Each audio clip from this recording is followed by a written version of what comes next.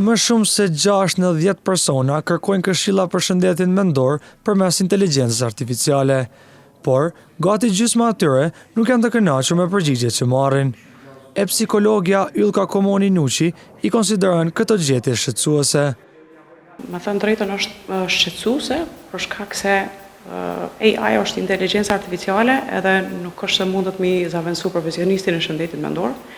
Në anën tjetër i kuptoj plotësisht personat të cilët i referohen AI-t për me marrë mendime të tilla për shkak se kostoja e shërbimeve të shëndetit mendor te profesionistat privat është mjaft e lartë, edhe në pamundësi do të thotë mi përgjigj nevojat veta edhe në pamundësi mi pagu këtë kosto, atëherë i referohen inteligjencës artificiale.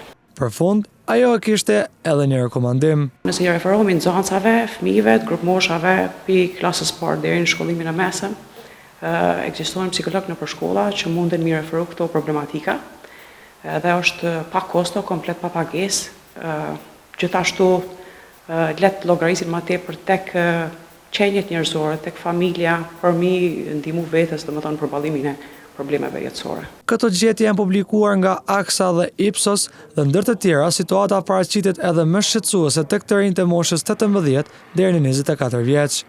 Ata janë potencialisht të prekur nga ankthi, stresi ose depresioni, qoftë edhe në nivele të lehta, ku kjo përqindje arrin në 85%.